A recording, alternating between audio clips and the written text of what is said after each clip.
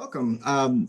Thank you for giving me this opportunity. My name is Rick Gage. I'm a professor of natural resources and earth sciences at Marshall University in Huntington, West Virginia, in the United States. And I'm honored to be able to present today on behalf of my colleagues and co-authors, Dr. Huafang Qiao and Dr. Shuangyu from Central China Normal University, and Dr. Lina Xiong from Colorado State University in the United States. Our chapter is on the genesis of pro-poor mountain tourism in rural China, and we're presenting 3 different case studies from Enshi Prefecture.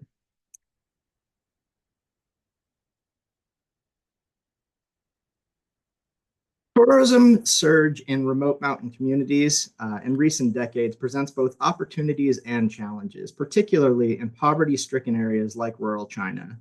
While tourism has become a catalyst for economic growth, it also poses threats to local environments and cultures. Rapid tourism expansion can greatly enhance local economies, but can also exacerbate the risks of environmental degradation, cultural disruption, and unequal local impacts if not paired with coordinated planning and protection.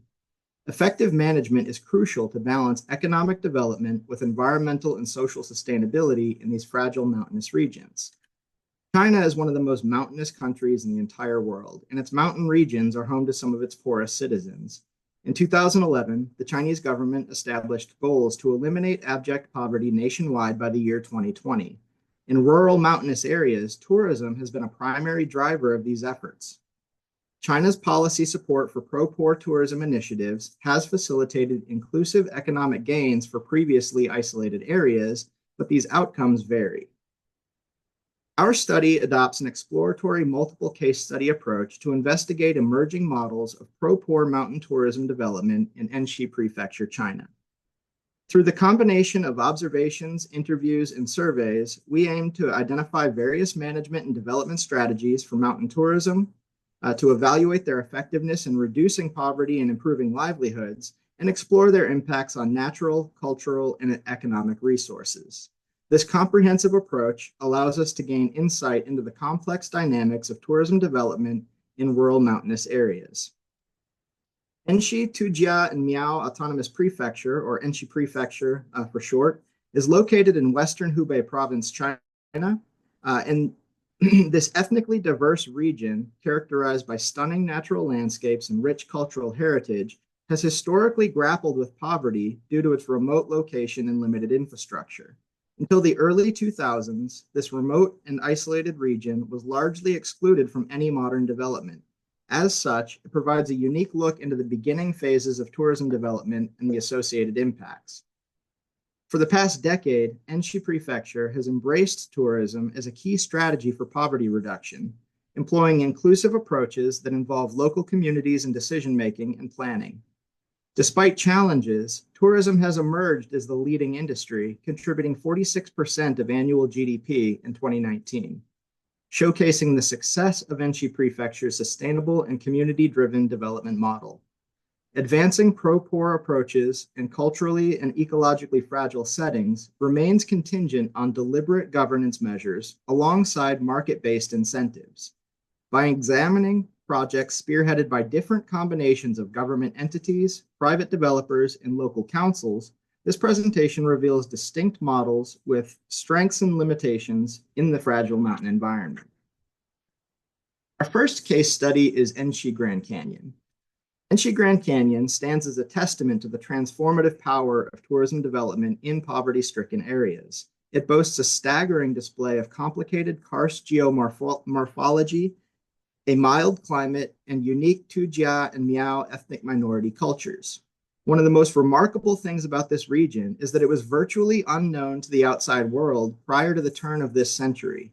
In 2003, an early expedition team introduced this unique karst landscape to the outside world, and in 2004, a joint Chinese and French cave research team first began exploring the region in depth. It's only been open to the public since October of 2010. In a short time, this natural wonder has become a national tourist attraction, driving economic growth and providing employment opportunities for local residents. In 2010, Hubei Travel and Investment Company, or HBTI, a state-owned development company, acquired a development contract and began investing in tourism infrastructure. They set a goal in 2012 to become a 5A tourism attraction, the highest ranking that you can get in China. And this goal was accomplished in only 3 short years. And the company immediately began constructing visitor centers, tourist cable cars and lines, vertical sightseeing elevators, elaborate hanging platforms and pathways along the sheer rock face, and much more. This is an example of some of those hanging platforms. There are miles and miles of these trails that go right along the sheer cliff face, and it's an absolutely remarkable feat of engineering. Along with the rapid tourism development, there's been tremendous growth in transportation infrastructure fueled by the government's efforts, including extension of a high-speed railway line into Enshi City and drastically improved roadways throughout the region to accommodate the influx of visitors. Today, tourism development has become the main economic driver, with 80% of the workers at the park originating from the villages surrounding it. In total, this state-owned company employs approximately 800 workers in over 200 shop booths and service positions. Residents' participation in tourism extends beyond the boundaries of the scenic area as well. There are more than 300 farm-to-table and bed and breakfast style lodging services with more than 3,000 beds and 4,000 table seating capacity. Some well-operated lodging businesses can bring in over 500,000 RMB, or around 70,000 US dollars in annual household income. Those living closer to the canyon tend to reap the financial benefits of tourism more than those farther away, but the benefits from improved infrastructure extend to nearly everybody. Enshi Grand Canyon serves as a prime example of successful poverty alleviation measures intertwined with tourism development. Local village councils have implemented various initiatives, including the establishment of a farm business association to coordinate local supply chains, offer training, encourage employment in tourism, and offer cash awards to high performers. Additionally, substantial investments totaling over 3.6 million RMB were made to upgrade the houses within and around the attraction area, emphasizing visual consistency and enhancing the overall visitor experience while providing better housing for the residents. In parallel, Enshi Grand Canyon's tourism development prioritizes environmental protection and geological disaster prevention as well. Investments exceeding 200 million RMB were allocated to reinforce natural stone structures, secure hazardous areas, build wastewater treatment plants, and implement a highly effective trash removal program. Through strategic investments in infrastructure and poverty alleviation programs, such as training initiatives and environmental protection measures, the canyon has not only become a thriving tourism destination, but also a model for sustainable development in mountainous regions. Our second case study is Tenglong Cave. Tenglong Cave is another 5A tourism attraction in Enshi Prefecture, and it was developed through a partnership between an external state-owned tourism company and the local government of Lichuan City. The cave complex offers an intricate karst cave system and showcases Tujia cultural heritage. Development has prioritized rapid growth and commercialization with amenities like restaurants, shops, and a train tour inside the cave complex itself. One of the main attractions is an elaborate stage performance within the main cave that includes traditional Tujia song, dance, clothing, and architecture, coupled with modern effects, including lights, mist, lasers, video projection monitors, and moving platforms. However, the focus on rapid commercialization has led to concerns about cultural authenticity and environmental impacts.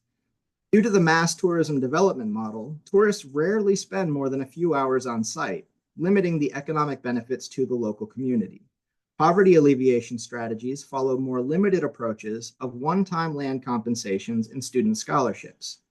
While bringing economic benefit, tensions persist around the unequal distribution of profits, the inauthentic representations of minority culture, and the environmental impacts from the extensive construction inside the natural cave system.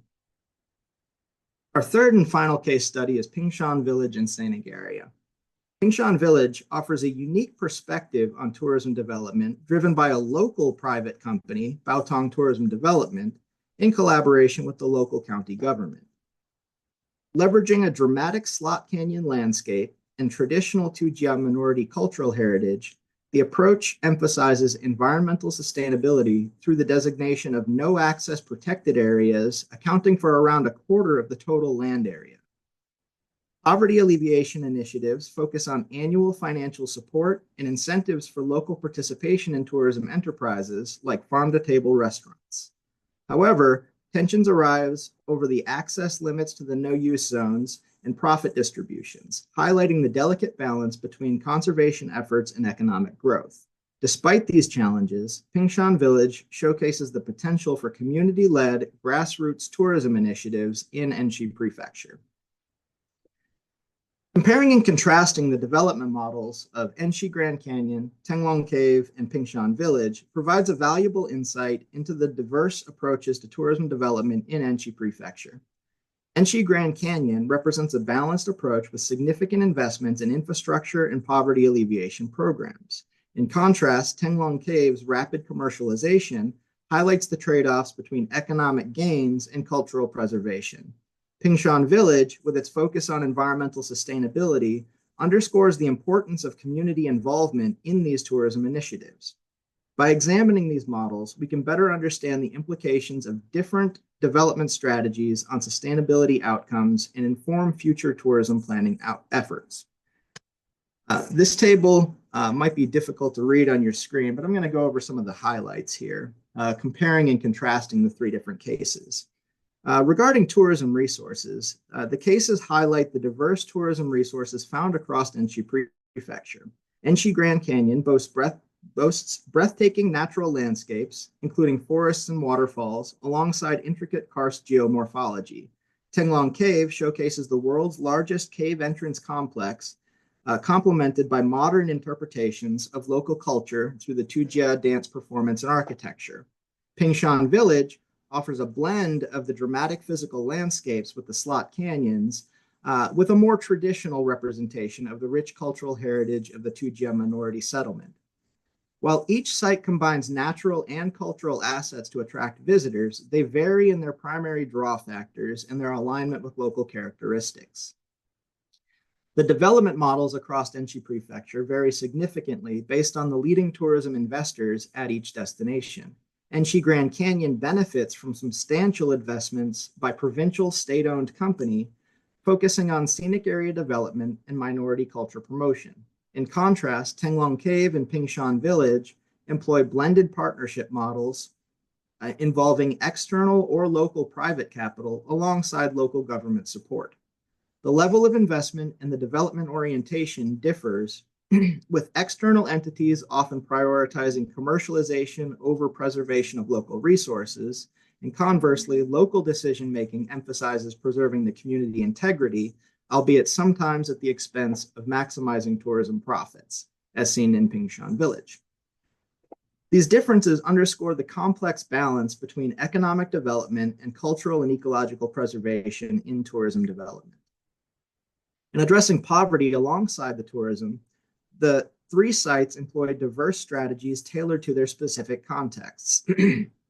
At Enshi Grand Canyon, a state-owned developer integrates poverty relief programs as some of their core business practices, including preferential hiring, profit sharing, and skills training. In contrast, Tenglong Cave, under the external investor-driven model, adopts a more limited approach, focusing on direct returns such as land transfer compensation and student scholarships.